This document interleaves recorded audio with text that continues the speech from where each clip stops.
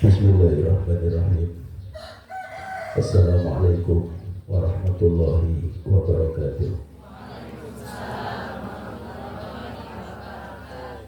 Dalamang sadayana. Alhamdulillah. Alhamdulillah wassalatu wassalamu ala Rasulillah wa ala alihi wa sahbihi wa man tabi'a hudahu ila yaumil qiyamah.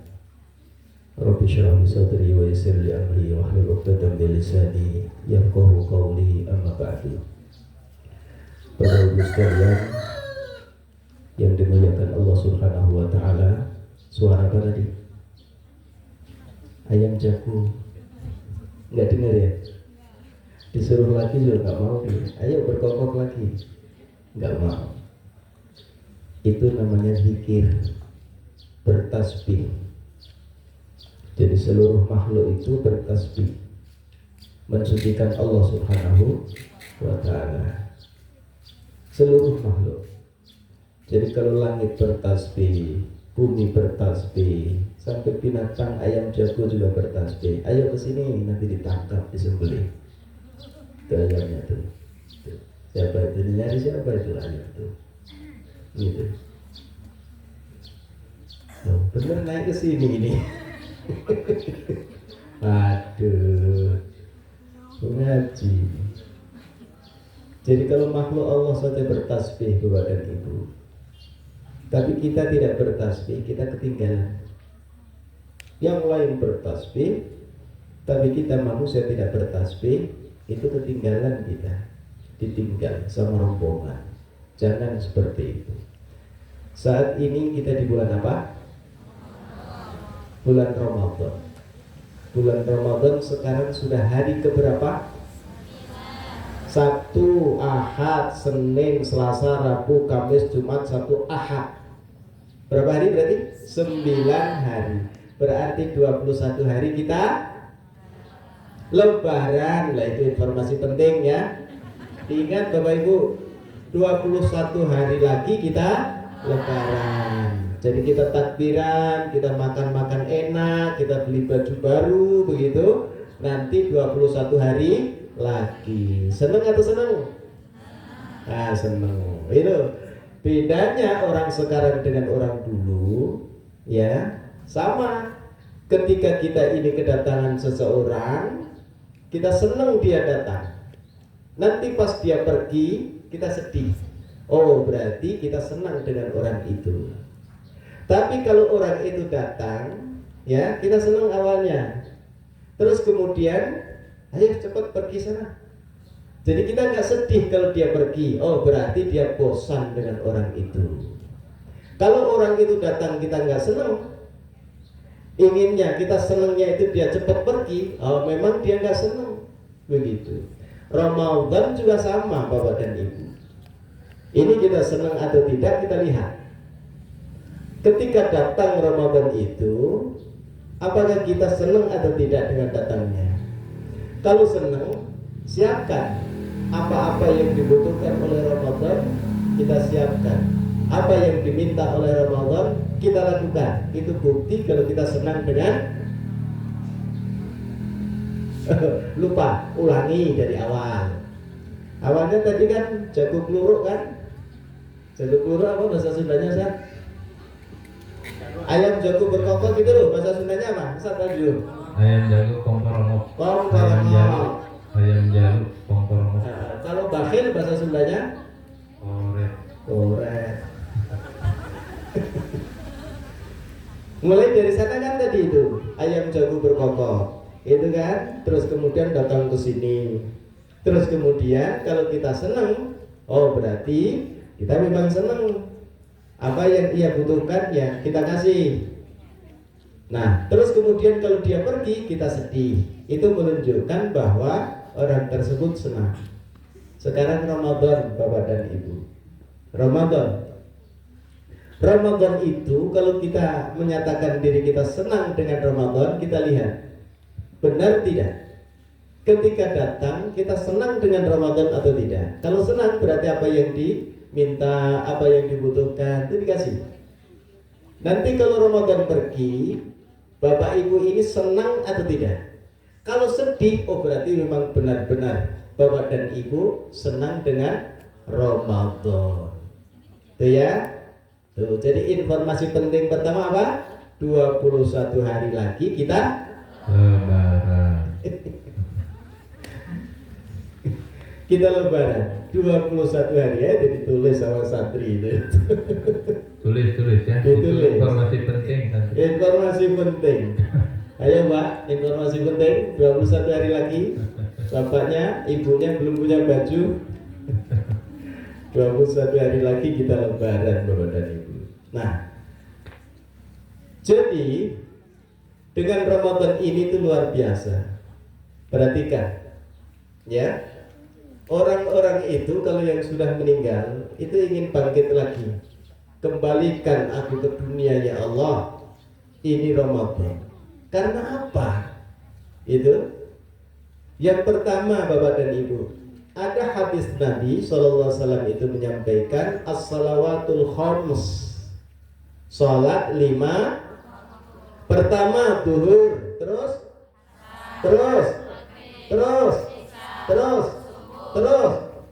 nah 5 waktu itu menjadi penghapus dosa.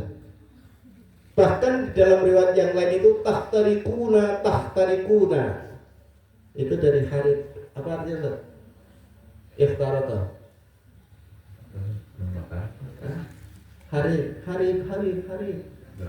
gerak itu harakah, tapi pakai ko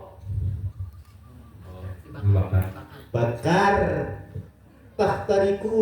Tahtarikuna musibah atau enggak? Musibah. Kata Nabi, kalian akan kena musibah. Kalian akan kena musibah. Kenapa? Karena orang itu hadirin yang dimuliakan Allah Subhanahu wa taala, ketika waktu sholat itu Allah perintahkan satu malaikat. Ini jarang orang dengar ini. Pernah dengar atau belum? Pas sholat Allah perintahkan satu malaikat tugasnya memanggil orang. Pernah dengar belum? Ini informasi baru. Pernah dengar? Baru sekarang. Baru sekarang. Wah ini berarti harganya mahal Ustaz. Informasi penting. Yang kedua. Jadi ketika waktu sholat tiba itu Allah perintahkan satu malaikat turun kalian. Terus kalian sampaikan kepada orang gitu kan. Terus malaikat itu menyampaikan ya Bani Adam. Pernah dengar? Nggak pernah kan? Karena yang bilang malaikat. Ustaz Aldino yang menyampaikan, Bapak Ibu dengar. Saya yang menyampaikan, Bapak Ibu dengar. Tapi ini yang menyampaikan malaikat. Kapan malaikat itu memanggil ya Bani Adam? Ketika waktu sholat tiba. Gitu? Ketika waktu sholat tiba. Terus malaikat itu bilang, malaikat itu menyampaikan kepada Bani Adam itu, lihatlah, neraka kalian apinya sudah menyala-nyala. Gitu? Ini di dalam kitab At-Targhib wa Tarhib, Sahihut Targhib wa Tarhib, Imam Al-Mundhiri.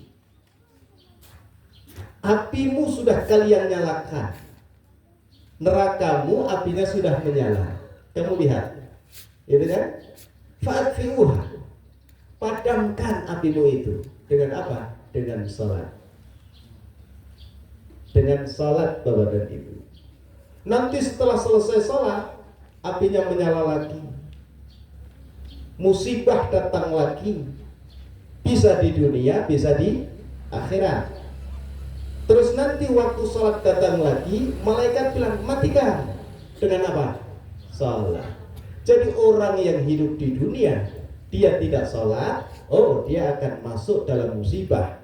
Berarti sholat bisa menghilangkan musibah. Itu informasi kedua.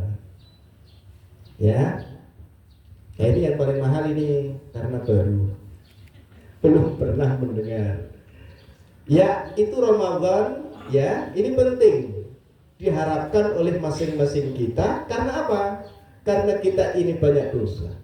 Sholat sudah dilakukan, dosa sudah dihapus. Tapi namanya penghapus itu kadang bisa bersih, kadang tidak. Butuh yang lain untuk menghapus. Jumat ilal Jumat, Ramadan ila Ramadan. Jadi itu yang menghapus dosa kita. Terus kemudian di siang hari kita puasa. Nah, puasa kita di bulan Ramadan ini juga penghapus dosa. Nanti malam hari kita sholat tarawih. Sholat tarawih juga penghapus dosa. Berarti harapannya apa? Harapannya Bapak dan Ibu, kita semuanya ini datangnya Ramadan, dosa kita pengennya hapus. Kita puasa, kita sholat tarawih, pengennya kita ini bersih dari noda. Supaya apa? Supaya kita masuk surga. Karena apa? Karena surga itu tidak boleh dimasuki oleh manusia dengan noda dosa sekecil apapun. Nggak boleh, Bu. Ya. Kalau rinso itu tidak bisa membersihkan, beli apa? Baik clean apa, Sa? Baik clean. Oh, baik clean. Baik clean juga nggak bisa hilang lagi, Sa. Panis. Ganti orang baru, gitu kan? Itu. Ini Bapak dan Ibu, surga nggak mau dimasuki oleh orang yang punya dosa, nggak mau. Gitu. Nah, ketika surga ini tidak mau dimasuki oleh orang yang punya dosa, maka Ramadan inilah saatnya untuk menghapus segala dosa. Itu. Sehingga dengan Ramadan ini, harapannya dosa ini luntur semuanya, bersih, kita akhirnya masuk ke dalam surga Allah Subhanahu wa ta'ala. Berikutnya Bapak dan Ibu, itu yang ketiga. Yang keempat, nah, nanti saya juga lupa sendiri ini, Ustaz. Yang keempat itu Ramadan itu didatangkan oleh Allah Subhanahu wa ta'ala supaya kita ini derajatnya lebih tinggi daripada malaikat. Malaikat itu Bapak dan Ibu adalah makhluk la ya'sunallah, makhluk yang tidak bermaksiat kepada Allah Subhanahu wa ta'ala. Itu malaikat. Wa yaf'aluna ma yu'marun, dan selalu melaksanakan apa saja yang Allah perintahkan. Itu siapa? Punya nafsu atau tidak? Nah, ini bedanya Bapak dan Ibu. Kalau malaikat tidak punya nafsu, selalu taat pada Allah, itu sudah lumrah, wajar. Bahasa Sundanya apa? Wajar. Sudah. Ayo, Sat. Kalau kasih duit, nanti kasih duit. Sundanya wajar. Oh, ilahar, ilahar. Nggak mau, mesti diketawain kalau mau ngikutin itu. Tos ilaharna. Tos ilaharna. Sudah lumrah. Sudah wayahna. Oh, wayahna. Enggak, Ustaz. Ini. Sudah lumrah, sudah wajar. Kalau malaikat berbuat baik karena tidak punya nafsu. Tapi manusia kita ini, Bapak dan Ibu, itu oleh Allah punya nafsu. Nafsu makan, nafsu minum, nafsu tidur, nafsu ngantuk. Itu manusia. Dan biasanya nafsu itu selalu bertentangan dengan keinginan Allah. Allah perintahkan sholat, nafsu jangan sholat. Sering nggak di situ? Sering. Allah perintahkan puasa, nafsu mengajak apa? Jangan puasa. Godin. Di mana, Ustaz? Kamar mandi? Atau di pojokan? Di nasi padang. Oh, nasi padang. Yang nggak kelihatan kakinya doang. Oh, itu sakti. Ada kaki, makanan habis, padahal mulutnya tidak ada. Terus Bapak dan Ibu, Allah perintahkan ngaji. Setan ngajaknya apa? Nafsu? Jangan ngaji. Dengarkan Ustaz. Nafsu bilangnya apa? Jangan dengarkan. Nah, sekarang dites. Ini itu melaksanakan perintah Allah atau tunduk pada nafsu? Dengerin Ustaz itu bagi rukun ceramah Ustaz Aldino atau ikuti hawa nafsu? Wah, ngantuk aja, ngantuk. Jangan dengerin. Ya itu nafsu. Nah, yang punya surga siapa Bapak Ibu? Allah. Nah, kalau kita taat melaksanakan perintah Allah berarti masuk surga. Nafsu punya surga? Ada, nafsu punya surga. Mutmainah enggak, nafsu enggak punya surga. Jadi kalau nafsu tidak punya surga, terus kita ini tunduk pada nafsu, nanti dapat apa? Enggak dapat apa-apa. Jadi kalau kita ini tunduk pada Allah, dapat surga. Kita ikut nafsu, kita tidak dapat untung atau rugi? Untung atau rugi? Untung atau untung? Tahu. Itu nafsu. Jadi kalau kita ini tunduk pada Allah, namanya hamba Allah. Kalau kita tunduk dengan nafsu, namanya hamba nafsu. Gak punya apa-apa nafsu itu. Nah, kalau kita dengan nafsu yang selalu mengajak kita untuk tidak tunduk pada Allah, tapi kita tetap tunduk pada Allah, berarti kita ini lebih tinggi dibandingkan malaikat. Nah, saat ini Bapak dan Ibu, itu posisinya itu di atas malaikat. Di atas malaikat. Karena kita tunduk dan patuh pada Allah Subhanahu wa ta'ala. Itu. Nah, dari mana kita bisa menyampaikan itu semua? Dari mana kita mengetahui informasi itu semua? Karena kita dapat informasi dari Allah melalui Rasul kita Muhammad Sallallahu Alaihi Wasallam. Informasi itu adalah sesuatu yang kita tidak tahu, terus kemudian menjadi tahu. Itu namanya mendapat informasi. Jadi risalah itu ada informasi. Rasul berarti pembawa informasi. Asalnya tidak tahu, terus menjadi tahu. Nah, itu Al-Quran. Nah, kemudian saya setengah jam sajalah, biar cepat pulang ya Bu. Setengah jam saja. Ini sekarang jam 9 kurang 6 menit. Jadi sekitar setengah 10. Setengah 10 kan ini dikasih tadi bisa jam 9 30 menit berarti setengah 10-an lah. Sanggup Bu? Sanggup Bu. Sampai sini aja atau sudah? Sampai setengah 10 sanggup Bu? Sanggup. Itu sampai zuhur juga sanggup. Wah, jangan lah tuh, saya nggak sanggup. Sampai zuhur. Dan tadi kedinginan, dingin. Itu saat kebilang, wah ini tambah dingin lagi. Saya bawa jaket, ternyata sekarang matahari datang. Itu, wah ini harus dilepas jaketnya. Allah Subhanahu wa ta'ala berfirman, ini anak-anak ini santri itu hafal itu. Surat Asy-Syura. Wa kadzalika auhayna ilaika ruha ma kunta tadri mal kitab walakin ja'alnahu nuran nahdi bihi man nasya. Wa kadzalika auhayna, kami wahyukan ilaika, kepadamu. Kami itu siapa Bapak Ibu? Allah. Kepadamu, kamu itu siapa? Nabi kita Muhammad SAW. Ini namanya tadabbur. Jadi tadabbur beda dengan baca. Kalau baca, baca aja. Kalau tadabbur itu sambil merenungkan, sambil berangan-angan. Kami ini siapa? Allah. Kamu itu siapa? Nabi kita Muhammad SAW. Jadi Allah memberi wahyu kepada Nabi Muhammad Sallallahu Alaihi. Bentuknya apa Bapak Ibu? Al-Quran. Pinter Al-Quran. Jadi yang ini yang pinter satu, gitu kan? Yang lain tidak tahu. Jadi yang diwahyukan Allah kepada Nabi kita Muhammad Sallallahu Alaihi Wasallam itu adalah Al-Quran. Nah, jadi Allah memberi wahyu kepada Nabi kita Muhammad Sallallahu Alaihi Wasallam yaitu Al-Quran.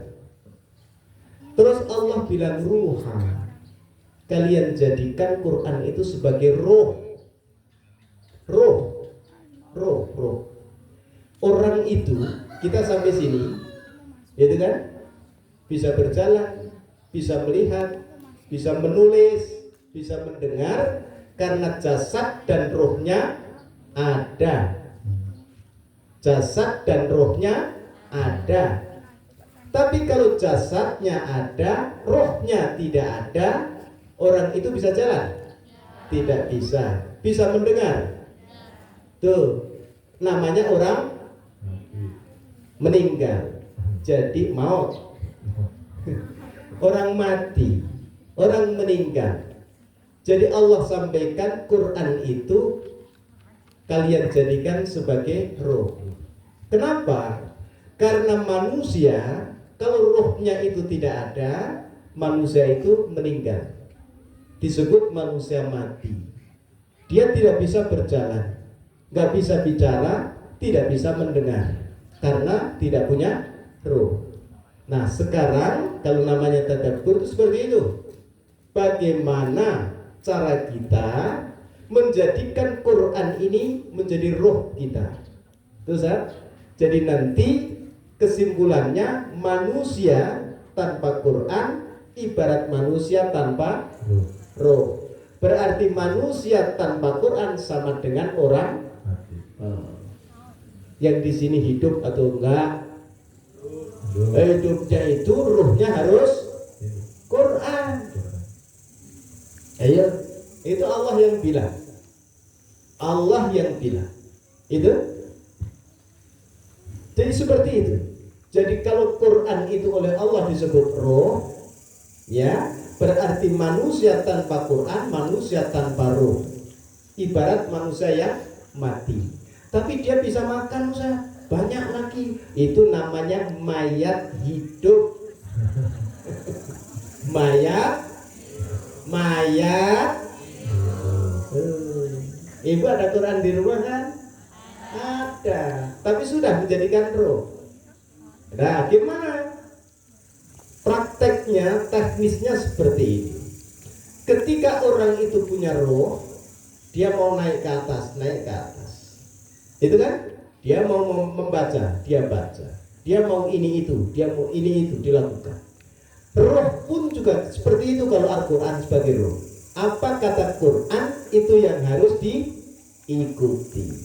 Apa kata Quran itu yang harus dilakukan.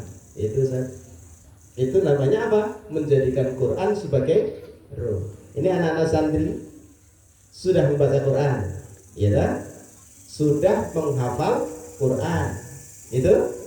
Terus kemudian tinggal satu tingkat lagi, menjadikan Quran sebagai, sehingga antum duduk di sini ini karena roh Quran yang mengajak. Nanti ke masjid sholat zuhur karena roh Quran yang mengajak. Berbakti pada orang tua karena roh Quran yang mengajak. Tuh, stop. Jadi mayat. Ya, jadi satu yang biasanya orang itu lupa. Itu bikin lembaga tahsin Quran. Oke, bagus. Tahfidz Quran, bagus. Membaca dapat pahala kan itu? Tapi tinggal satu, Quran itu Allah turunkan bukan untuk dibaca saja, tapi jadi pedoman hidup. Jadi diamalkan dalam kehidupan. Itu yang Allah sampaikan apa? Ruh. Yang berikutnya, ya ini berarti informasi keberapa? Informasi penting. Keenam kan? Nanti kuisnya suruh menyebutkan informasi. Nah, berikutnya di ayat itu, ya, walakin ja'alnahu nura. Apa artinya nur, Bu? Cahaya. Dah pulang aja, Bu, udah pinter ngaji. Nur itu cahaya. Membakar atau tidak? Nah, kalau matahari itu diaa. Sinar matahari memberi cahaya tapi juga menimbulkan panas. Kalau nur memberikan penerangan tiap panas. Allah sampaikan di situ, ya. Allah sampaikan Quran itu kalian jadikan sebagai roh, nomor satu. Yang nomor dua, Yang nomor 2, jadikan Quran itu sebagai nur, cahaya. Nah, gelap gulita, lampu perem atau parem? Parem. Parem atau perem? Parem. Parem. Cicahem. Peyem. Parem. Tuh, gelap gulita. Kemudian kita jalan. Nggak tahu di situ ada duri atau tidak. Nggak tahu di situ ada lubang atau tidak. Kenapa orang itu tidak tahu di jalan itu ada duri, ada kaca, ada lubang? Kenapa tidak tahu? Karena gelap. Nah, poek itu, ya. Ayo belajar bahasa Sunda ada 20 tahun katanya. 2005 itu saya masuk Bandung. Sekarang 2025. 20 tahun. 20 tahun sudah. 20 tahun ya. 20 tahun. Tapi kata istri saya nggak bisa, sudah. Iya, nggak mau orang keturunan ngapa? Saya keturunan Demak. Jadi di rumah ngomongnya Jawa terus. Jadi nggak bisa bahasa Sunda. Tapi kalau dengar orang itu tahu kan? Atas ngertos. Tahu sama, paham. Itu kan. Tapi kalau suruh ngomong aja, ya. Jadi ketika dalam kegelapan itu, supaya kita selamat, maka kita tutup penerangan. Allah sampaikan kalian itu hidup di dunia itu tidak tahu mana yang aman, mana yang tidak aman, mana yang bahaya, mana yang tidak bahaya, mana yang bisa menjadikan dirimu celaka, mana yang bisa menjadikan dirimu ini selamat. Tidak tahu kamu itu. Ibarat kamu berjalan dalam kegelapan. Lah terus bagaimana? Allah Maha Pengasih, Maha Penyayang. Quran aku turunkan supaya Quran ini itu menjadi penerang dalam hidupmu, sehingga kamu bisa hidup berjalan di bumi ini, tahu mana yang memberikan keselamatan dan mana yang bisa menjadikan dirimu ini terjerumus dalam kesesatan. Itu apa? Al-Quran. Nah, berarti orang yang hidup di dunia tanpa Al-Quran itu dia ini cenderung potensial sekali untuk menjadi orang yang akan sengsara. Tapi kalau orang ini hidup di dunia, dia ini punya Quran yang tadi jadikan roh, yang kedua dijadikan sebagai penerang. Oh, ini nggak boleh, tidak dilakukan. Oh, ini itu jalan menuju keselamatan, dilakukan. Selamat atau tidak? Selamat. Itu saja. Ya, ini nasihat Allah untuk kita semuanya. Dan itu nggak bisa sekedar dibaca. Karena Quran ini kalau sekedar dibaca tidak diamalkan, itu sengsara pula. Ada orang hafiz Quran, berkali-kali ia khatamkan Al-Quran, tapi tidak sholat, tidak puasa, itu tidak melaksanakan perintah Allah, nggak manfaat itu. Jadi harus diamalkan. Terus mana yang lebih penting Ustaz? Mengamalkan Quran atau menghafal Quran? Nggak usah dijawab. Untungnya yang tanya Ustaz atau manusia. Kalau yang tanya Allah harus kita dicari tahu jawabannya apa. Itu nur. Yang kedua, Quran itu jadikan nur. Artinya apa? Itulah lampu penerang dalam hidupmu. Nggak bisa saat itu, nggak tahu kita kalau tidak belajar apa isinya Al-Quran. Berapa tadi fungsi Quran? Roh. Yang kedua apa? Nur. Ya, jadi manusia dengan Quran itu manusia berjalan dalam cahaya terang benderang. Manusia tanpa Quran itu ibarat manusia berjalan dalam kegelapan. Yang ketiga itu jalna hunuran nahdi bihi man nasya. Nahdi, hidayah. Gampangnya hidayah itu apa Bapak Ibu? Petunjuk. Petunjuk. Kalau petunjuk diikuti sampai tempat atau tidak? Ya saya ikut Google itu malahnya masuk mana begitu. Saya malah jadi korban Google. Kenapa saya? Saya kemana saya? Sukabumi. Ikuti petunjuk Google. Terus masuk kandang ayam. Nah, tuh kan. Alhamdulillah. Akhirnya ketemu kandang ayam. Ya Ustaz itu pernah? Pernah Ustaz. Gimana ceritanya Ustaz? Ini masuk ke gang buntu kan? Iya. Sesat. Kadang-kadang Google Maps itu menyesatkan. Apalagi kalau nggak ada kuota. La haula wala quwata, masya Allah.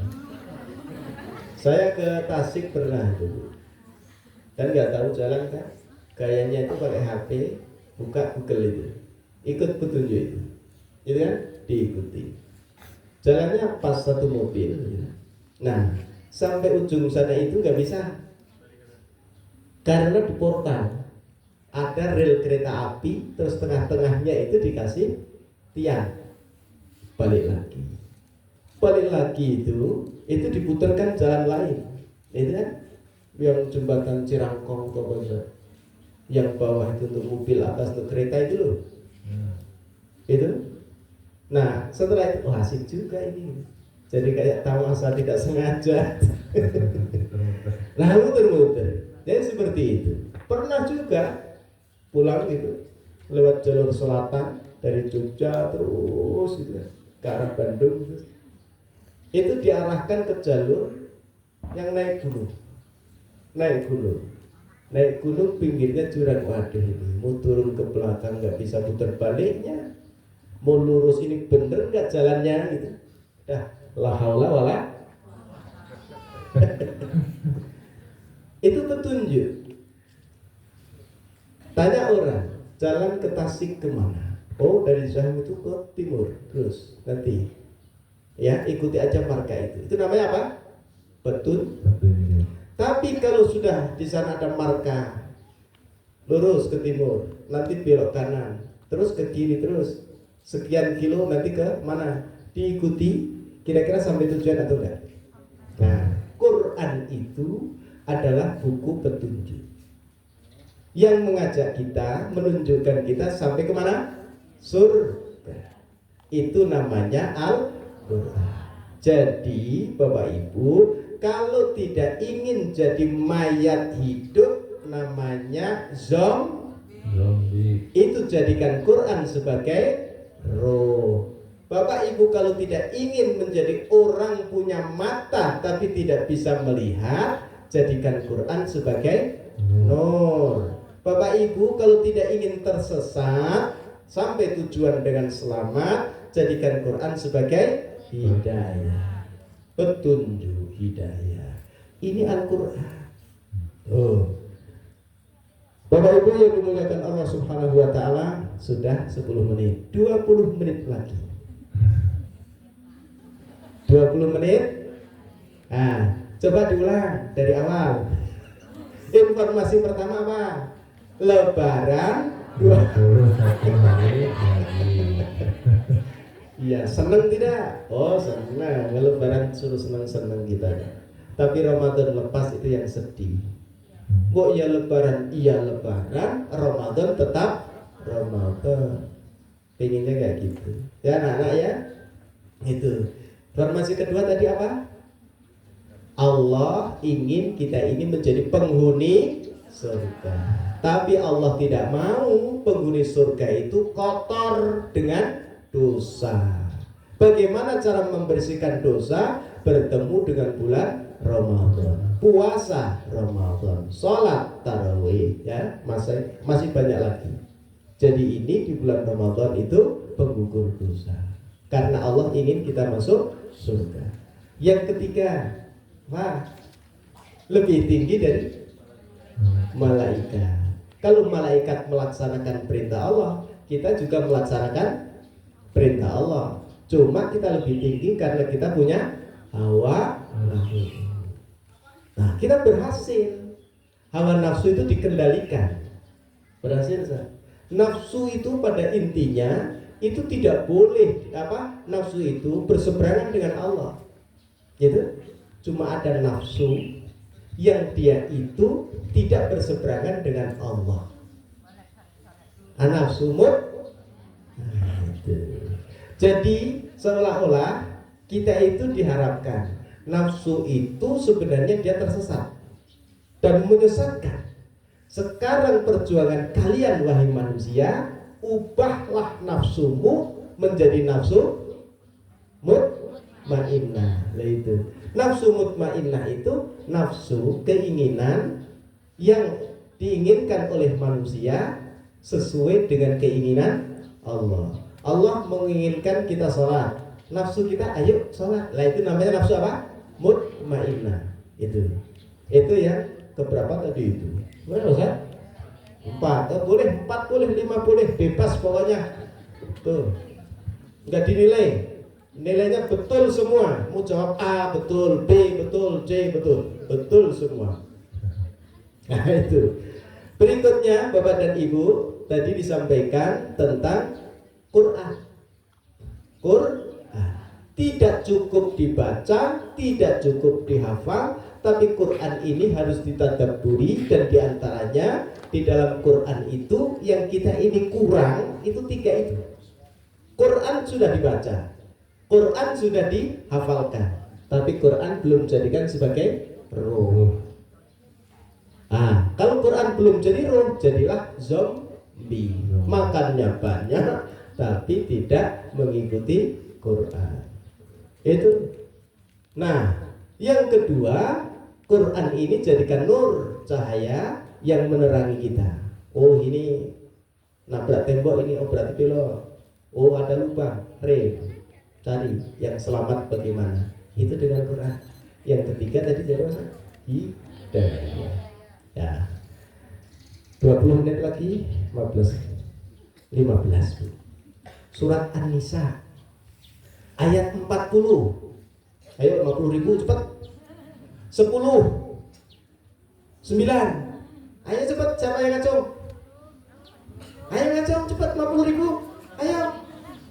Ya santri yang apa? An-Nisa 8 9. Nah, silakan. Oh, pakai apa? Kamu udah langsung aja. Dengar? Ya. Iya.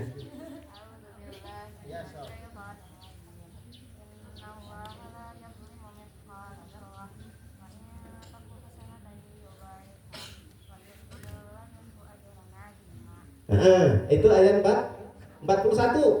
Lihat sini dong. Ayo. Kaifa idza wajibna bika haulai syahida. Terus satu lagi. Ya waddul ladzina kafaru la tusawwa.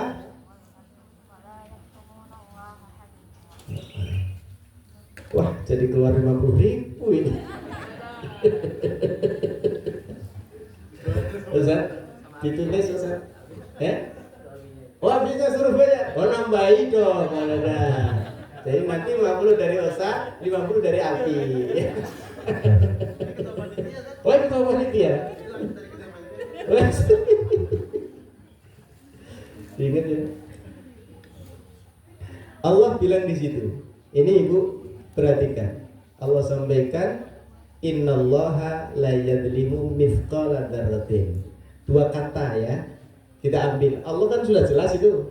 Allah itu a'raful ma'arif. Ma'rifat yang paling ma'rifat.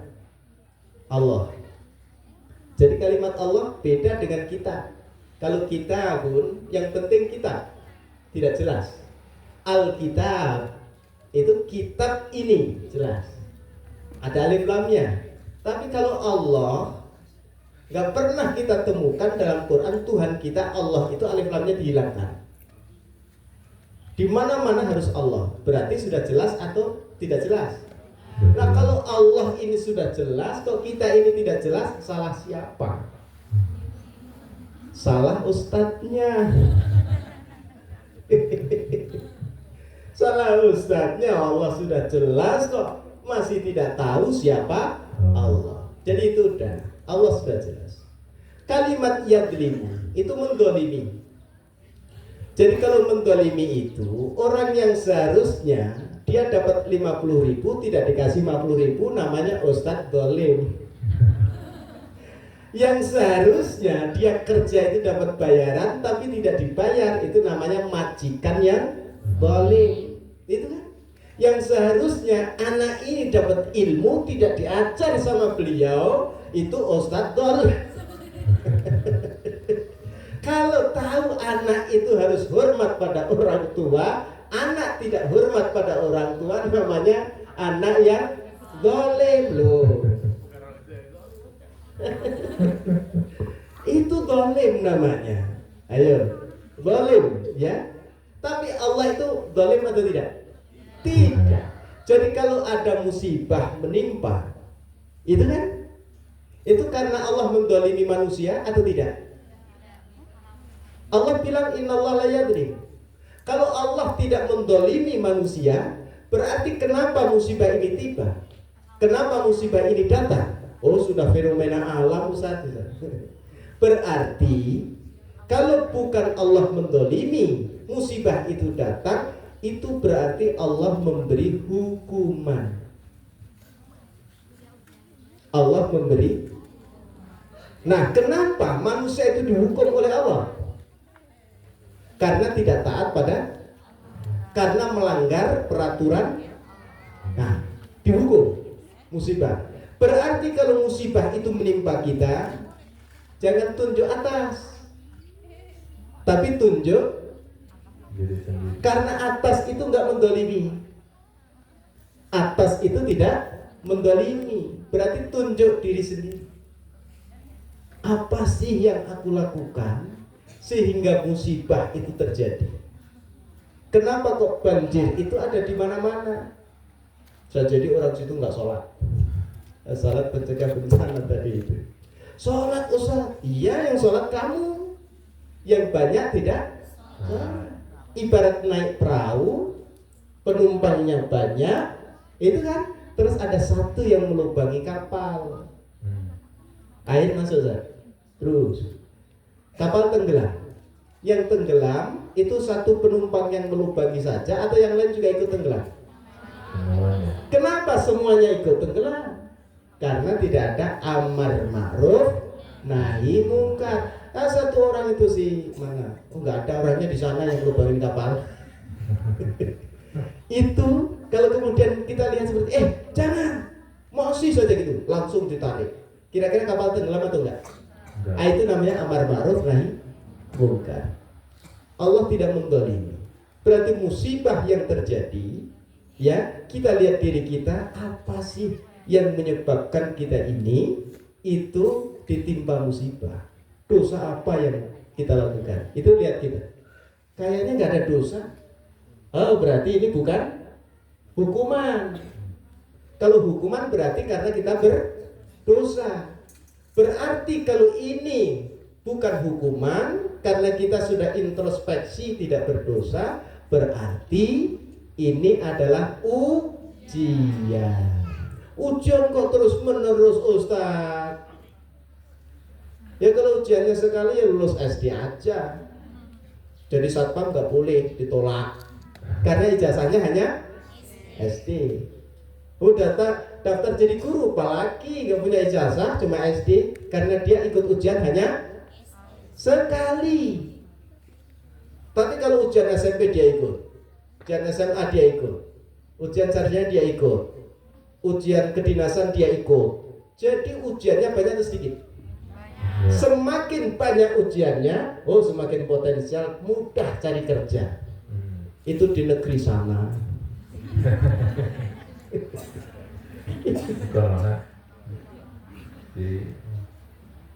Di negeri sana. Kalau semakin banyak ujiannya, berarti semakin banyak peluang untuk dapat pekerjaan. Karena dia itu mudah. Oh, kemampuan komputer bisa? Bisa. Ini sertifikatnya.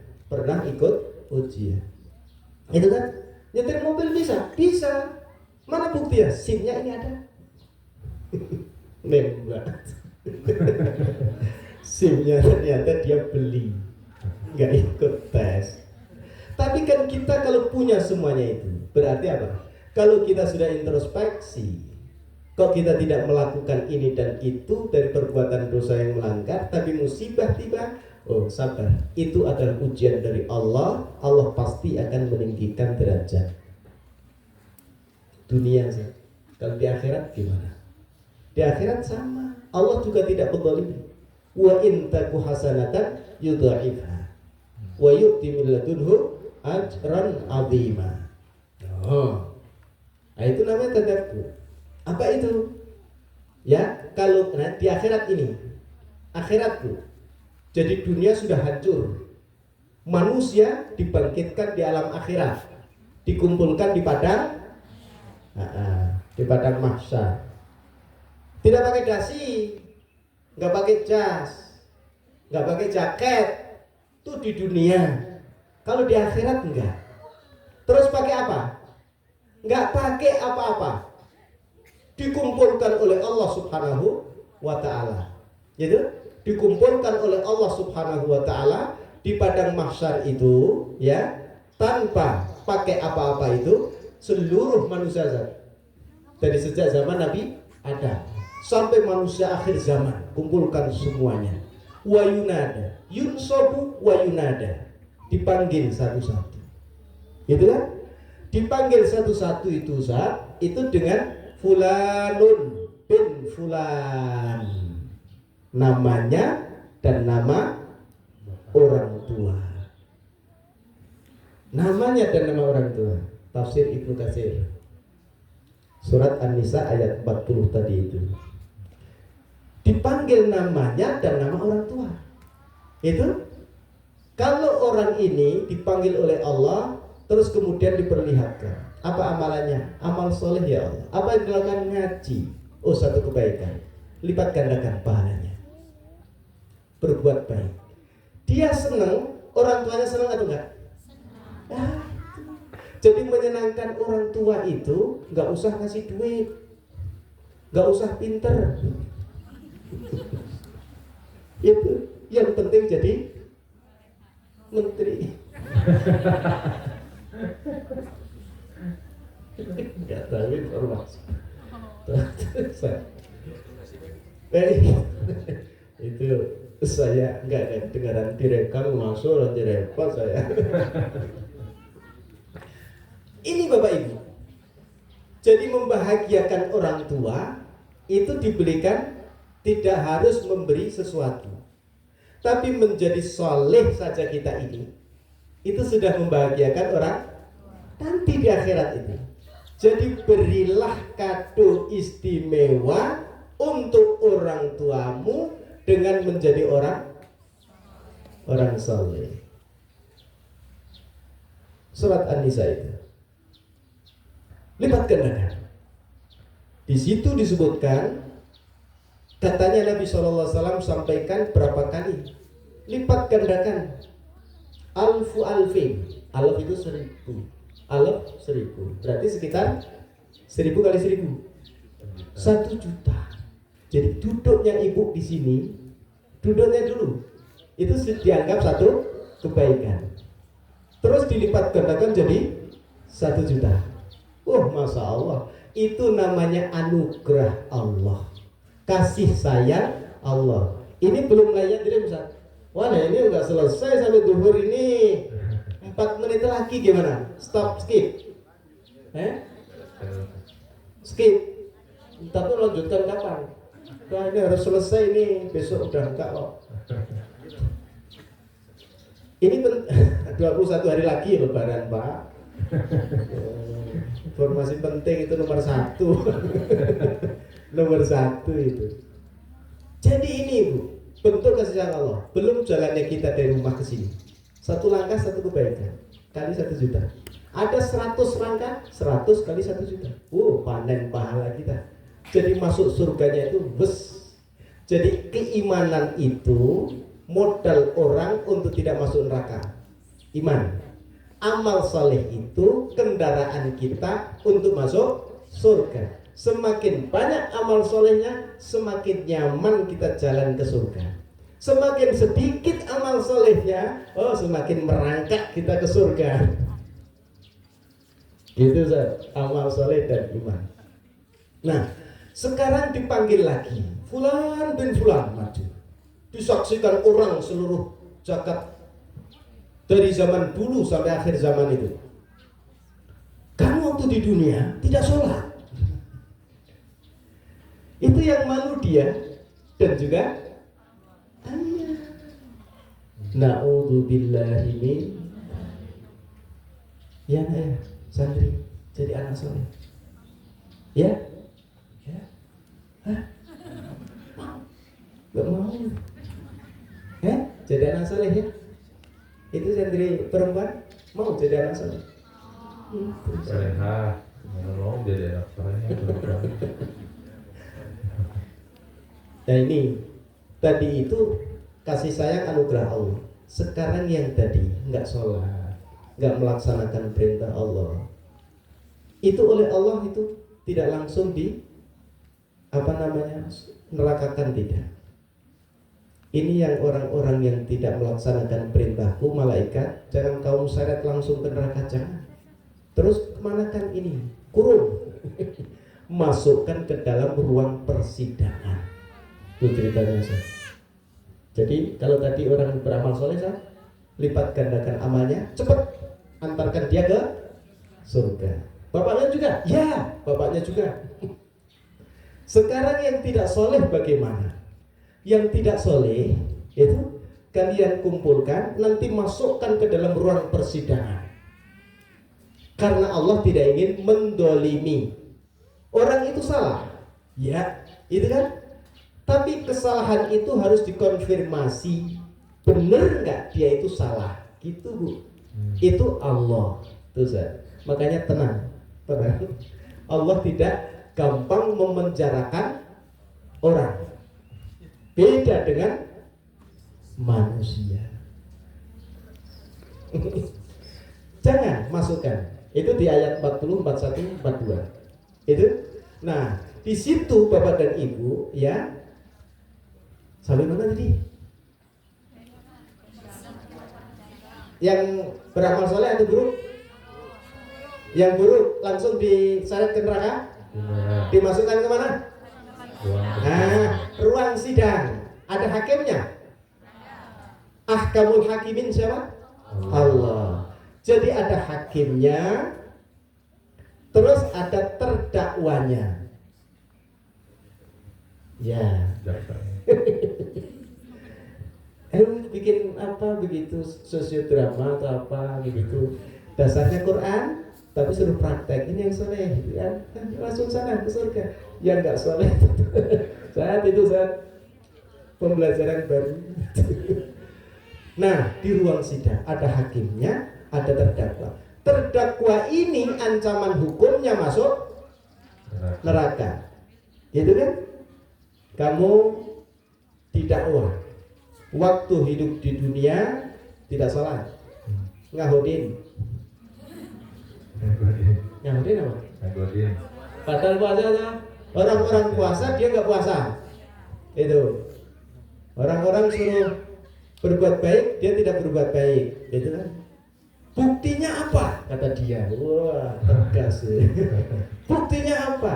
Ini catatan malaikat yang menunjukkan kamu waktu di dunia banyak berbuat salah. Ini buktinya, catatan malaikat. Aku nggak terima, harus ada saksi. Gaya. Nah, Allah juga memperbolehkan. Karena apa tadi Bu? Prinsipnya Allah tidak ingin menggolimi. Kalau penghuni surga cepat. Tapi kalau penghuni neraka nanti itu Allah Tuhan kita. Sekarang enggak, orang itu kalau ketahuan salah langsung saja diapakan dan diapakan begitu. Kalau Allah orang salah ini, itu diinikan dulu, diklarifikasi. Itu tidak langsung dihitungkan, diinikan. Pokoknya ini sama itu. Ke sini dan ke situ, ke sana dan ke sini. Persidangan Allah. Malaikat lihat. Dosanya dia apa? Itu kan? Dosanya dia tidak sholat ya Allah. Minta ampun gak dia? Minta ampun ya Allah. Aku ampuni. Itu. Terus kemudian ketika orang itu dosanya dengan sesama manusia, aduh, Allah tidak bisa mengampuni. Orang ini harus minta ampun dulu dengan orang yang disakiti. Loh, ini terdakwa ini, ancamannya masuk neraka. Sekarang dia minta saksi. Akhirnya apa? Wa kaifa, dan bagaimana keadaan manusia pada hari kiamat? Idza ji'na min kulli ummatin bisyahidin. Manusia nanti itu didudukkan di kursi persidangan, didakwa dia, ancamannya masuk neraka, kemudian didatangkan saksi. Siapa itu? Para nabi. Misalnya Nabi Musa, umatnya duduk di kursi persidangan sebagai terdakwa yang ancamannya masuk neraka. Sudah ditunjukkan buktinya dia kafir. Sudah ditunjukkan pada 50.000 ya untuk anaknya. Mendekat. Itu terus kemudian apa namanya tadi itu Nabi Musa, kaumnya tadi itu bapak dan ibu. Terus kemudian orang itu apa namanya minta saksi. Nabi Musa didatangkan. Wahai Musa, tahu siapa mereka? Tahu ya Allah. Mereka umatku. Mereka didakwa tidak taat kepadaku dan tidak melaksanakan perintahku. Apakah engkau tahu tentang hal itu? Betul ya Allah. Aku bersaksi mereka tidak taat kepadamu. Begitu kata Nabi Musa terhadap kaum yang dakwa masuk neraka. Apa kata kaumnya? Ya jelas saja orang dia itu musuh kami. Pasti dia bersaksinya yang jelek, yang menjatuhkan kami. Kami mau saksi yang lain. Nah, Allah tidak ingin mendolimi itu saja. Ketika mereka sudah buktinya ada salah, saksinya sudah didatangkan, mereka masih minta saksi yang lain, Allah turuti. Siapa itu? Yang tidak bukan nabi kami yang diutus kepada kami. Nabi Muhammad didatangkan. Wajib nabika ala haula'i syahida ya Muhammad, kamu nanti akan jadi saksi bagi mereka semuanya. Nabi Muhammad tanya, wahai Muhammad, tentang mereka ini gimana? Ini terdakwa ancamannya masuk neraka. Kata Nabi, ya Allah, orang ini itu memang dia melanggar perintahmu, tidak taat kepadamu. Itu kata siapa? Nabi Muhammad SAW. Berarti kau bersaksi mereka salah? Iya. Dari mana kamu tahu?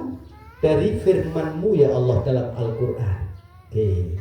Itu yang disebut saksi mata dan saksi ahli. Saksi matanya Nabi Musa terhadap kaumnya yang melihat langsung. Saksi ahlinya Nabi Muhammad SAW sekaligus saksi kunci. Nah, ketika Nabi bersaksi, ya, oke, malaikat, saya putuskan ini buktinya ada, saksinya memberatkan semua, seret dia ke neraka. Itu Allah tidak ingin mendolimi hambanya. Itulah cara kita tadabbur Quran. Akhirnya kita ini ya Allah harus berbuat baik karena dilipat gandakan. Ya Allah, aku pernah salah, mohon ampun ya Allah. Wahai kawan, aku minta maaf karena aku menyakiti dirimu. Ini nanti kalau enggak duduk di kursi terdakwa. Ini hadirin yang dimuliakan Allah Subhanahu wa taala. Pada intinya ketika kita di hadapan kita ada Al-Qur'an, yang pertama Quran itu adalah firman Allah. Yang kedua, Quran itu harus kita terima dengan hati.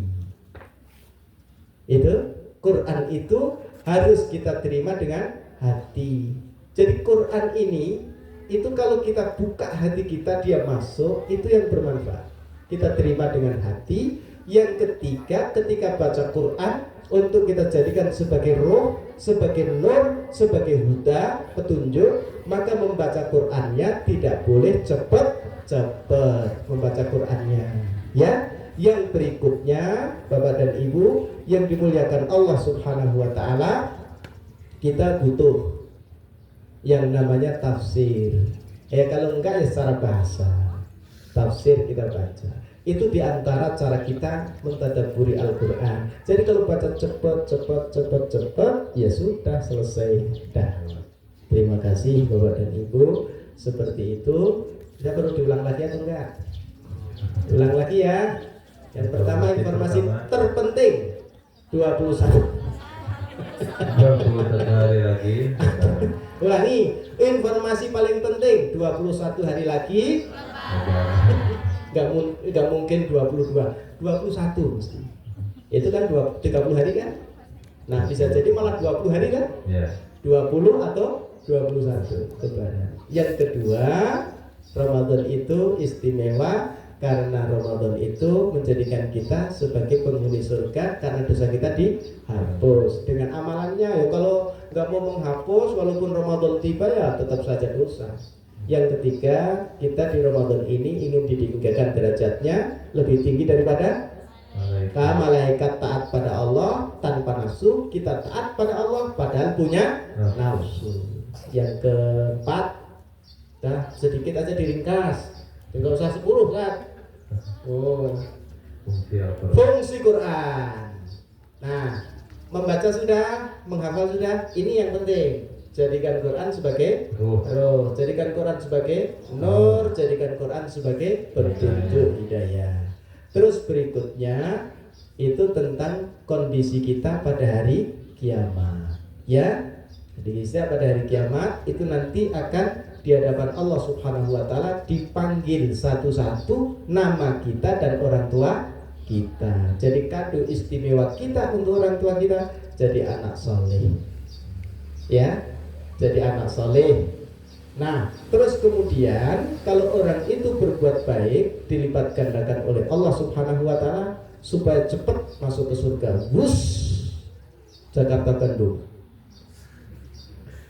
Itu. Tapi kalau berbuat maksiat, Allah tidak serta-merta langsung menyeret ia masuk neraka, tapi melalui pengadilan dulu. Ya, benar dia melakukan salah, benar. Salahnya apa? Ini. Oh, dengan aku ya. Dia minta ampun nggak? Minta ampun. Diampuni. Kalau sama Allah gampang, urusannya gampang. Ya Allah, aku kemarin nggak sholat. Ampuni ya Allah. Iya, aku ampuni. Besok nggak sholat lagi, ya Allah tahu. Modus. Tuh.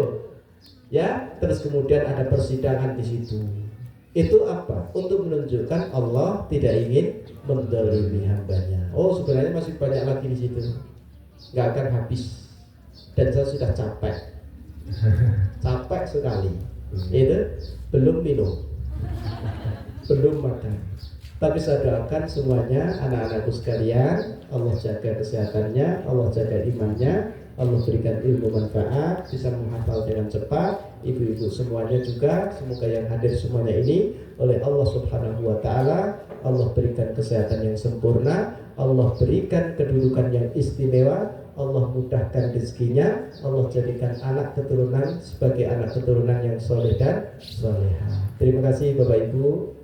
Ustaz Aldino kami persilahkan kalau ada yang bertanya, kalau enggak nanti saya yang bertanya, tinggal pilih saja yang di depan bertanya atau yang di depan bertanya.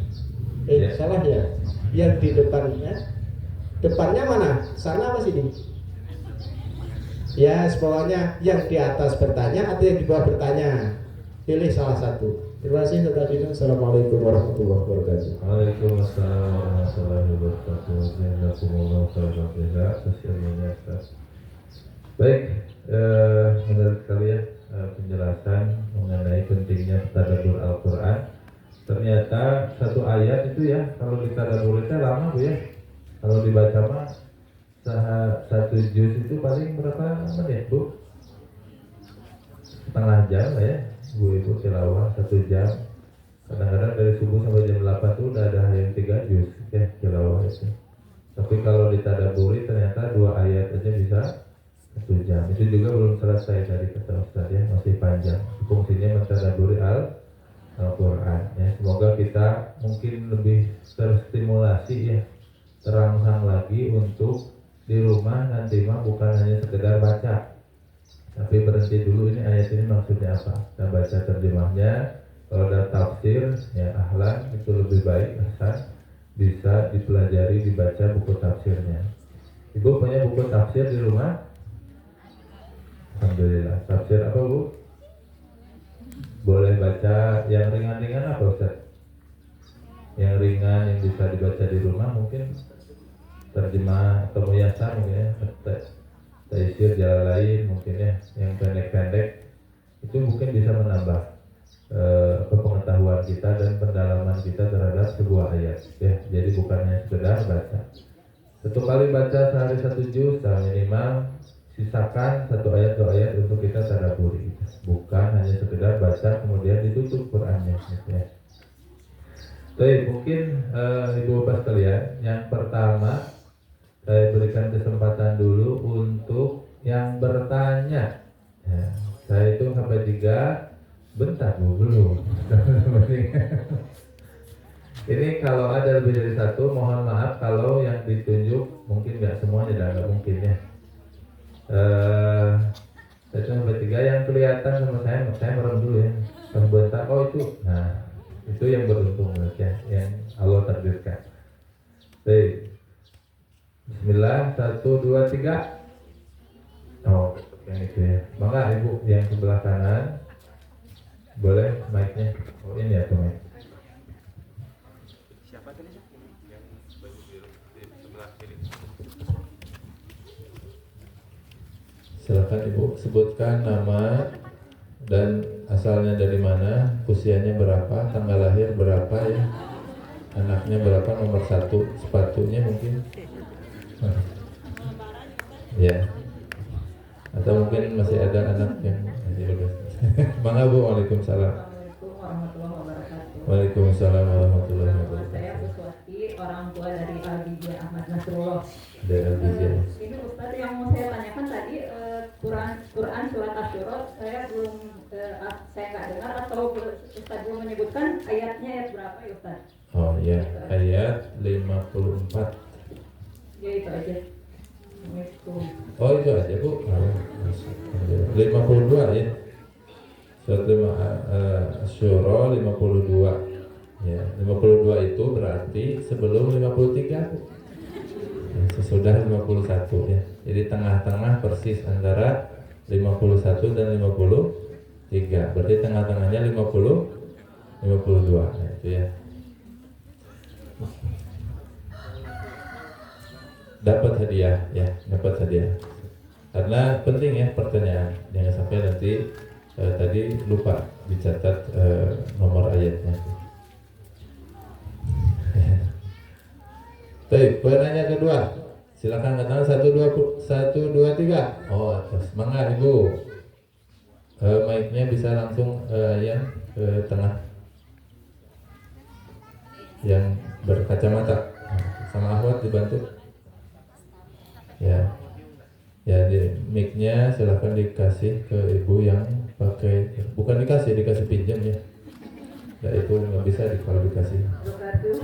Mangga. Nama saya Alfia ya kan? Ibu siapa Bu? Punten? Ibu Alfia. Ibu Alfia. Saya tadi mendengar dalam Quran ini saya jadi yang saya tanyakan tuh, kalau sekarang kita bisa mencetak anak kita menjadi soleh. Yang saya tanya, kalau orang tua kita dulu kepercayaannya tidak tahu gimana itu sidangnya di sana gimana.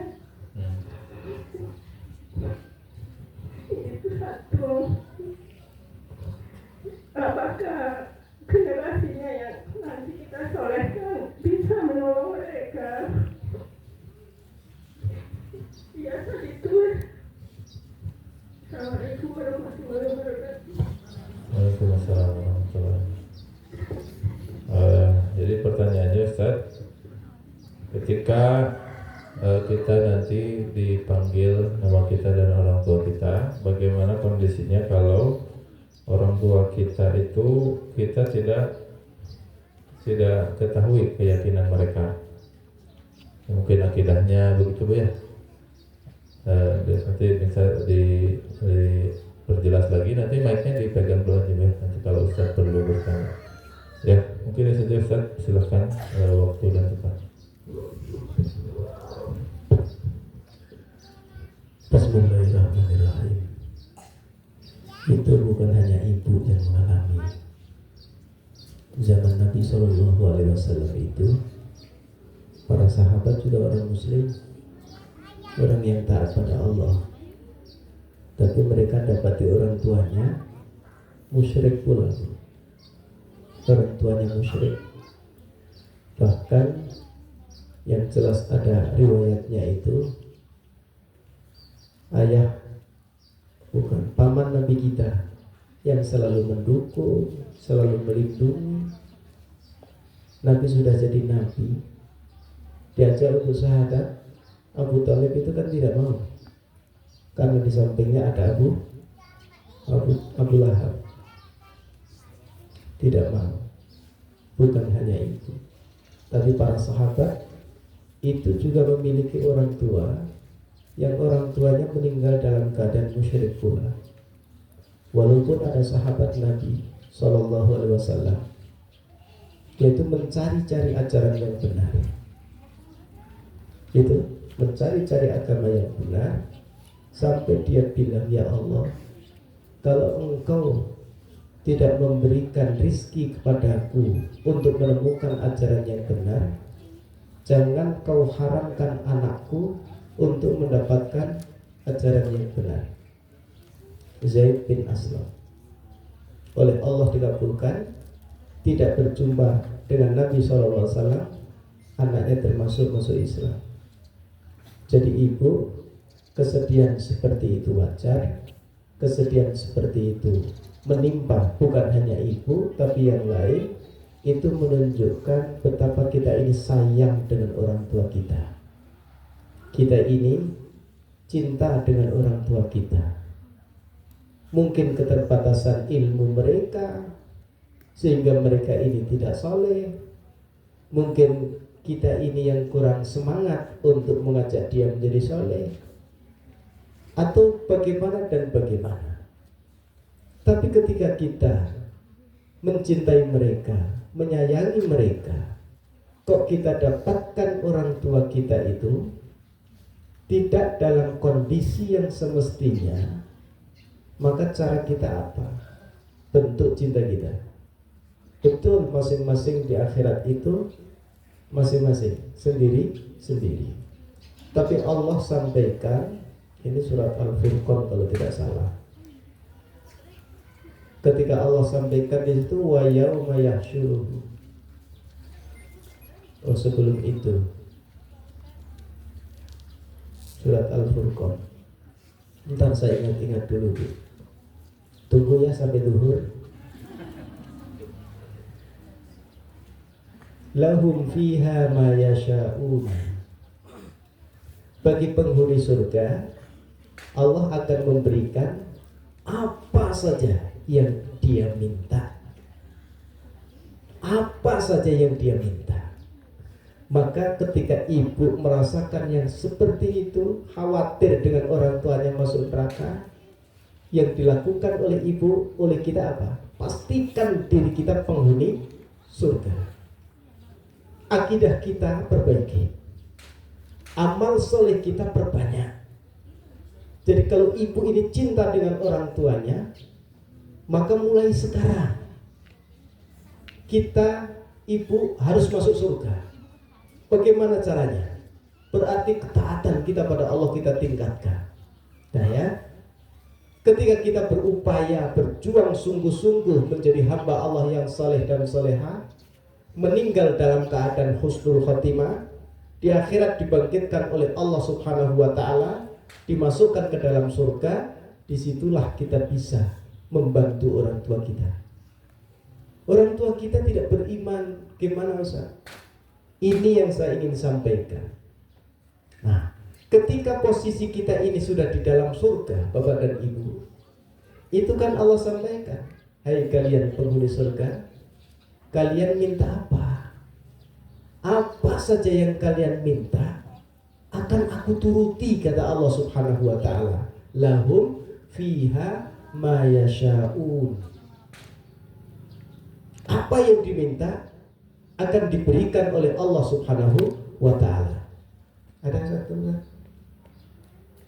Nyari enggak? Lahum fiha ma yasha'un. 16 Khalidina. Wa'da mas'ulah, janji yang boleh kalian tagih. Boleh nagih. Jadi ibu soleh, jadi orang soleh, ya, perintah Allah lakukan. Nanti kalau masuk surga, ibu bisa minta, ya Allah, aku rindu orang tuaku. Malaikat carikan orang tuanya, cari-cari di surga. Lantai atas para nabi nggak ada, para sahabat nggak ada, paling bawah itu nggak ada pula. Ya Allah, orang tua dia nggak ada, ya Allah. Loh, kalau nggak di surga berarti di neraka. Coba cari di neraka. Ini penghuni surga minta ingin ketemu ibunya, ingin ketemu orang tuanya, dicari oleh malaikat di neraka. Tanya penjaga nerakanya, ada nggak daftarnya yang namanya ini? Kenapa? Anaknya di surga ingin ketemu. Anaknya di surga ingin ketemu. Akhirnya apa? Akhirnya dibuka daftarnya. Ada. Ini perintah Allah. Anaknya di surga ingin ketemu. Allah perintahkan agar orang tuanya dipertemukan dengan dia. Akhirnya dikeluarkan. Keluar sendiri nggak bisa. Keluar dari neraka itu nggak bisa. Nggak bisa. Dikeluarkan oleh Allah Subhanahu wa ta'ala. Diangkat ketemu anaknya. Ibu, ayah, kemana aja ya dan ibu? Aku cari pengalaman, nak. Cari pengalaman. Gak pernah kan kamu ke neraka? Gak pernah. Aku ibu bapak pernah. Cari pengalaman di neraka. Ini bu. Akhirnya apa bapak dan ibu? Dipertemukan. Padahal orang tuanya penghuni neraka, anaknya penghuni surga punya kesempatan untuk menarik orang tuanya. Dan orang tuanya di surga itu kangen-kangenan sama anaknya, ikut-ikutan anaknya. Malaikat, aku minta jus. Malaikat diam saja. Malaikat cepet batagor, bakso. Enggak dilayani oleh malaikat penghuni surga. Tapi kalau anaknya yang minta, malaikat ambilin kurma, oh dia ambilin. Malaikat ambilin buah mangga, diambilin. Malaikat ambilin jus, yang kasih es, ya kasih es.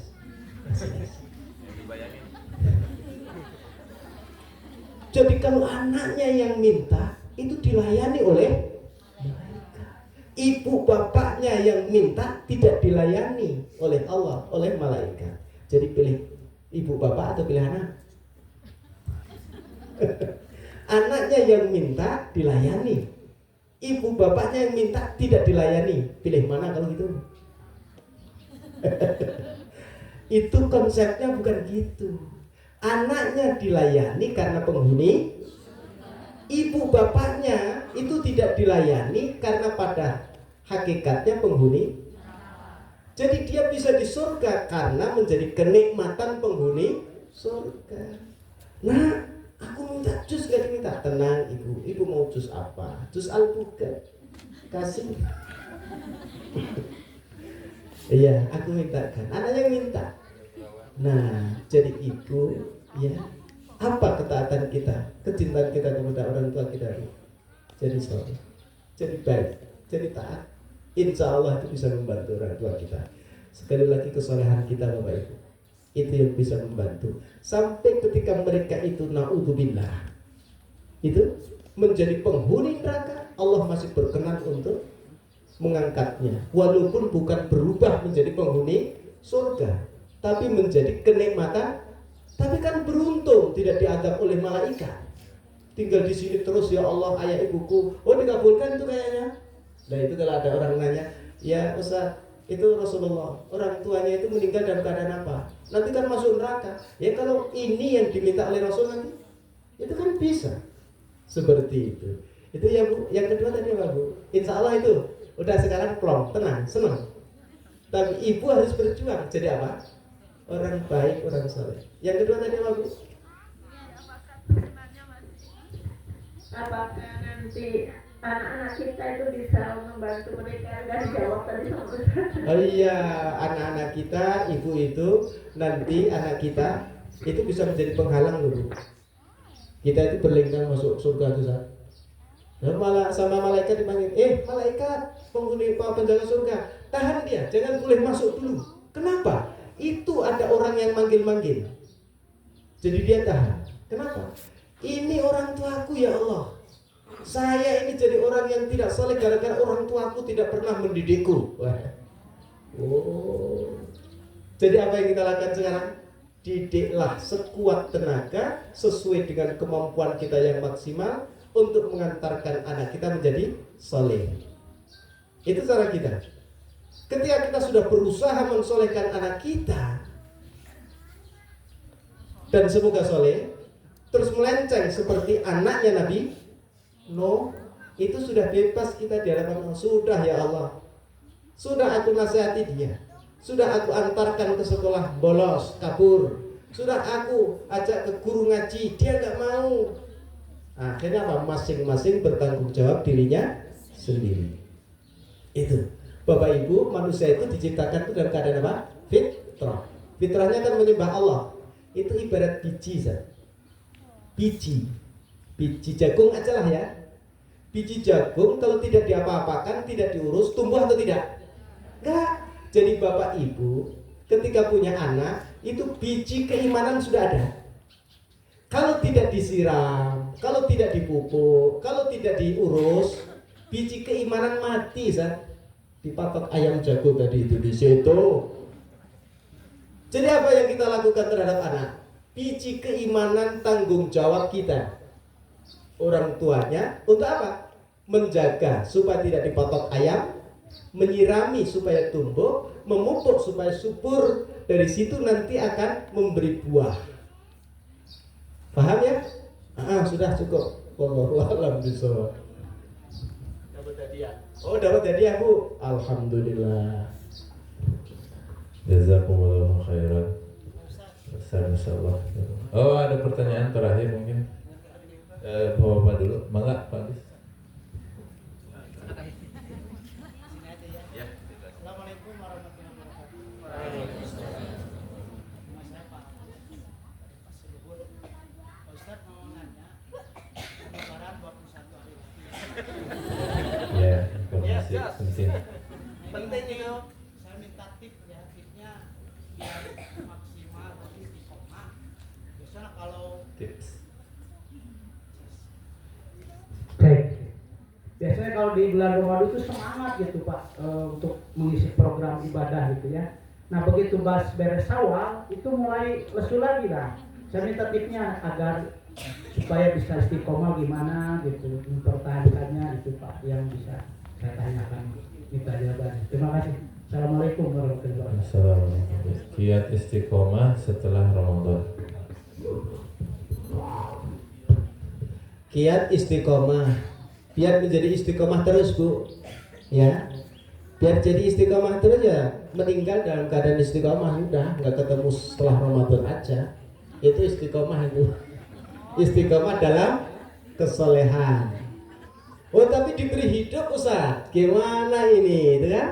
Nah, setelah diberi hidup oleh Allah Subhanahu Wa Taala tadi, Nabi itu sampaikan kepada kita, kalian ini manusia itu selalu ya berbuat masalah dan dosa. Karena apa?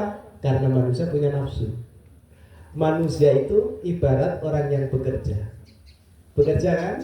Berpeluh, kena debu Pak, mandi. Bersih kan? Kerja lagi kan itu? Kotor lagi enggak? Kotor lagi, bersihkan kembali. Jadi nanti keluar Ramadan spesial, luar biasa pokoknya. Di luar Ramadan ya nggak bisa, makanya para sahabat itu seperti yang Bapak inginkan. Ramadannya cuma sebulan ya. Kalau bisa 12 bulan semuanya, itu mintanya kita. Itu. Jadi kalau dikasih motor, mintanya mobil. Nah, ini Pak, jadi Nabi itu sudah menyampaikan. Jadi kita ini ibarat orang yang bekerja, keluar keringat, kena debu, bersihkan. Terus nanti kita kerja lagi, keluar keringat, berdebu lagi, bersihkan lagi. Terus seperti itu. Berarti nanti sekarang kita membersihkan, ya, untuk 1 tahun dari Ramadan ke Ramadan. Kita sudah bersihkan. Nanti habis Ramadan kita ini bekerja lagi, punya dosa lagi, menyalakan api neraka kita lagi. Maka kita salat jangan ditinggalkan, hapus dengan salat. Jumatan jangan ditinggalkan, hapus dengan Jumatan. Nanti sampai ketemu Ramadan tahun depan lagi. Gitu. Jadi setelah Ramadan supaya kita ruhnya masih tetap ada, bagaimana caranya? Kita berdoa, ya Allah, semoga ketemu Ramadan tahun depan. Terus kita berdoa, semoga ruh jiwa Ramadan ini selalu ada. Tapi pasti bergeser Pak, sedikit. Tipsnya apalagi? Kita ikut pengajian. Kalau bisa seminggu sekali. Kalau tidak bisa sebulan sekali. Kalau nggak bisa ya sudah, istighfar banyak-banyak. Itu Pak. Itu yang penting, meninggal dalam keadaan terhapus dosanya. Itu yang paling penting. Ya, jangan sampai meninggal tapi dosa kita masih ada. Jangan sampai. Makanya disitulah kita salat, kita Jumatan, kita puasa Ramadan dalam rangka itu, dan kita semoga ketemu Ramadan tahun depan lagi. Berarti masih lama, kalau lebaran 21 hari lagi. Itu Pak ya. Allahu a'lam bishawab. Ya, jazakumullah khairan. Silakan hadirnya. Mungkin pertanyaan sekarang ya dari saya dulu. Mungkin yang tahu boleh acungkan tangannya. Saya dulu ya, Ustaz. Pertanyaannya, lebaran berapa hari lagi? Bukan itu pertanyaannya, Bu. Mic-nya bisa dibantu ya, ke ibu-ibu ya. Boleh santri juga ya, kalau mau jawab ya. Pertanyaannya, ada di surat apa, ayat berapa, bahwa Allah tidak akan menzolimi hambanya sedikit pun? Yang duluan yang coklat sebelah kiri, yang kerudung coklat, nah ibu ya, ini yang paling duluan ya, mohon. An-Nisa ya 40 sampai 43, betul San ya? Ya betul. Selamat bertemu. Mungkin pertanyaan selanjutnya dari Ustaz.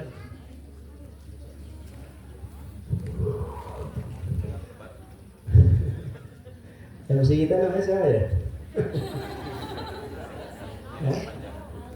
Bukan jawabannya.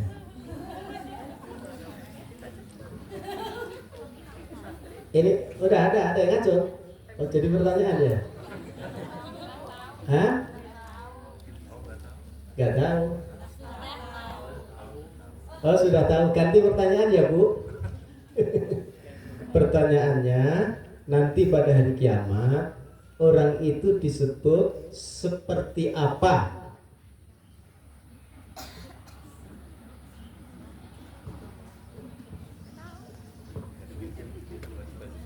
Kurang spesifik ya? Itu santri.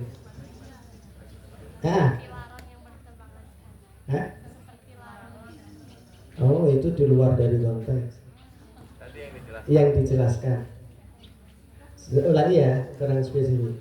Jadi nanti bagaimana cara Allah ini bagaimana cara Allah memanggil manusia ketika di alam lahir itu ya, yang cadar.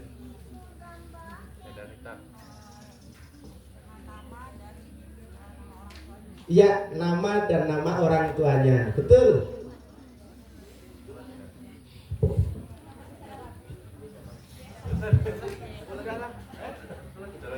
Masih ada lagi? Ya, banyak ada. Ini khusus santri laki-laki. Nah, santri Ikhwan, siap-siap. Ya. Oh iya.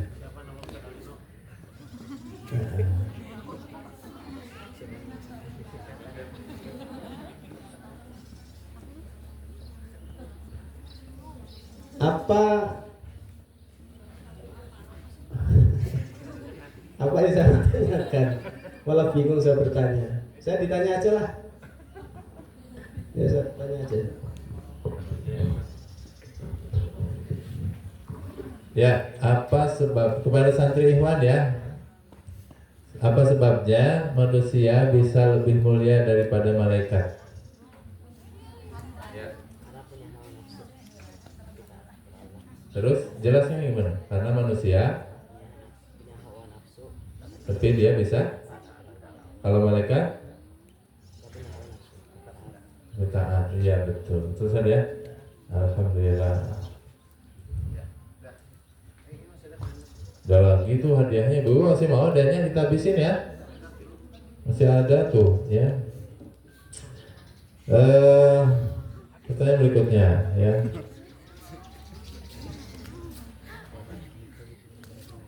Baju lebaran yang diskon merek apa? Saya mau lihat.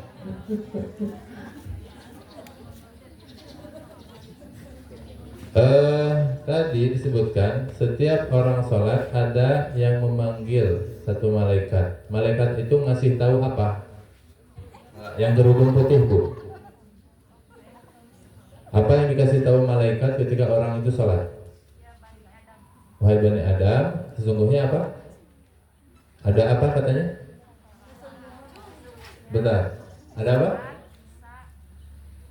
Ada sholat bisa memadamkan api neraka. Betul kan? Betul ya. Alhamdulillah.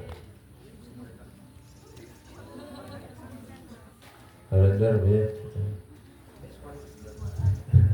Kalendernya diskon terus Maret. Berikutnya ini mungkin satu ini lagi terakhir ya. Terakhir ya. Untuk tamu hadirin yang paling sepuh atau paling banyak usianya. Ada yang usianya 50, Bu Ngacung, yang 50. Yang 50 ke bawah. Ngacung dulu Bu yang 50 ke bawah. Ini 50 ke bawah kan? Yang 60. 60 koma. 70 koma. 70 koma ada? Yang 70 lebih? Ada 70 lebih, Bu? Mana? Ibu 70 berapa, Bu? 72. Ada yang lebih enggak? Ayo kita lelang ini. 73, Ngacung 73. Ya, kita hitung 72, 1, 2, 3, 4, 5. Alhamdulillah. Sold out ya. Oh iya, nanti bisa di ini ya, panitia.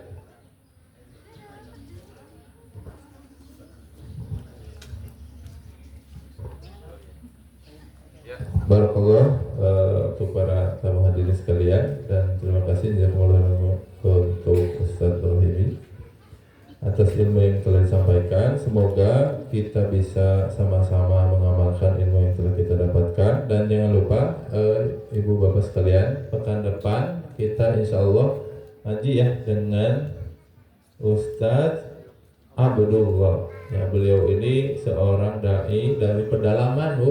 Ya, pengalamannya luar biasa. Pernah dakwah ke satu kampung yang isinya tukang sihir.